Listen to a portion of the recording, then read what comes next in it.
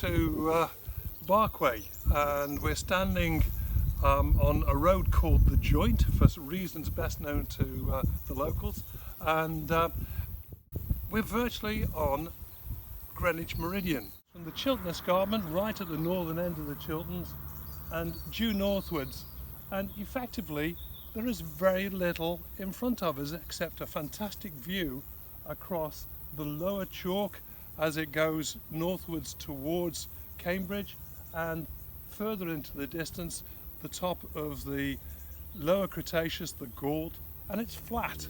It's totally flat into the fenlands, and once you get beyond the fenlands we're into the area of the Wash.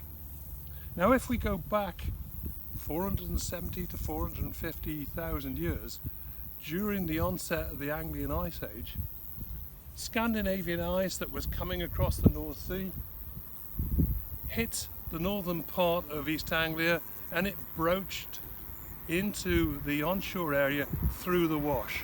As the ice came southwards, it had nothing to stop it as it came through the area of the Wash and headed southwestwards until it hit the line of the Chilterns. The Chilterns weren't very high here, we're about 148 metres on the top of the escarpment. But in front of the ice, as it came north of Royston, there would have been masses of middle chalk, so a harder nodular chalk sitting on top of the clays of the lower chalk and the Gault. And instead of sliding over that middle chalk, it started to pick up masses of chalk and bulldoze them literally southwards along the front part of the glacial mass. And that chalk was pushed southwards until it hit the line of the escarpment.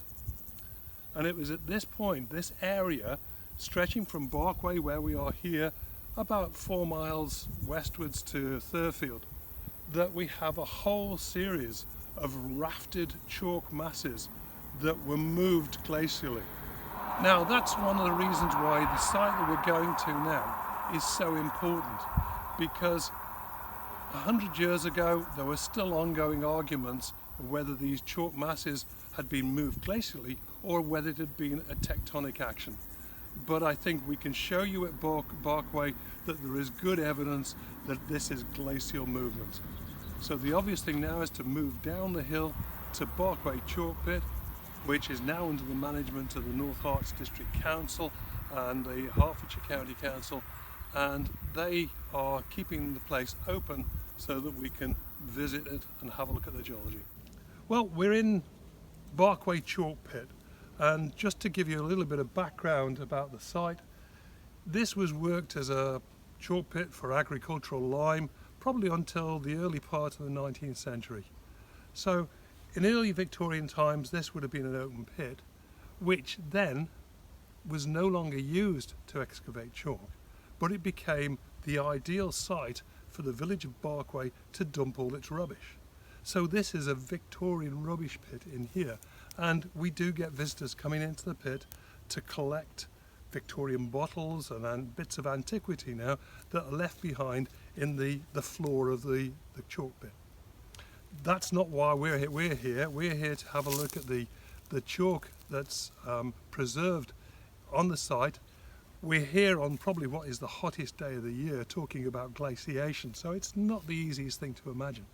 But we've got a fantastic amount of vegetation covering the front of the cliffs. This we'll try and get cleared. It's one of the ongoing geoconservation projects that we've got in the area, and it's something that we can get the face re-exposed. But to give you an idea of what happened here, we've talked about Anglian ice sheets moving southwards up against the escarpment, and what we've got here are 2 blocks of what used to be called the middle chalk. So around about the Lewis chalk level with the chalk rock, these 2 rafts of chalk have been pushed on top of each other. Fossils have been found in both, and we'll have a look at one of these rafts shortly. And between the 2, running up at around about 60 degrees there in the face, there is about 30 to 35 centimetres of Anglian till. So there is Pleistocene clay till material between the masses of chalk. So we know that that separates the rafts of chalk that we've got.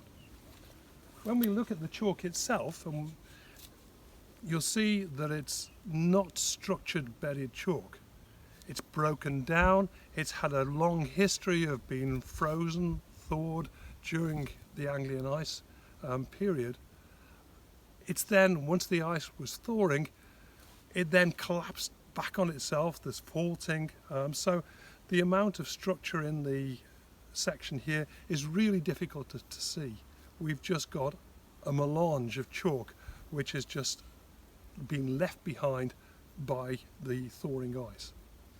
But at least it's one place where you can come and you can see the effects of the Anglian glaciation in eastern England and how it impacted on the geology that existed previously. So let's go and have a look at the chalk itself. Okay, here we're down at the lower face in the chalk pit at Barkway, and just by looking at the face here you can see there's no obvious bedding. It's very rubbly, it's quite a nodular chalk. It's got the lithology which is typical of the Lewis chalk, and in fact I've just knocked a lump off, or taken a lump from the face, and there are phosphatic pebbles in here typical of the chalk rock level. So we are seeing material lithologies that tell us that we're around the level of the chalk rock in this lower face. And Richard Bromley, when he was doing research on the chalk rock of this area, he recorded similar material in both units, above and below the Anglian till. So we know we've got Lewis chalk which is being overthrust on top of Lewis chalk, with Anglian till forming the layer in between the two. There's even been a suggestion in the past that the clays of the Plenus Marl may have acted as a slide plane at the foot of the ice sheets, which then allowed the middle chalk to be pushed on top of itself up against the escarpment. So it's worth a visit here. It is possible to find chalk fossils typical of the top of the Lewis chalk around about that level, the top Turonian,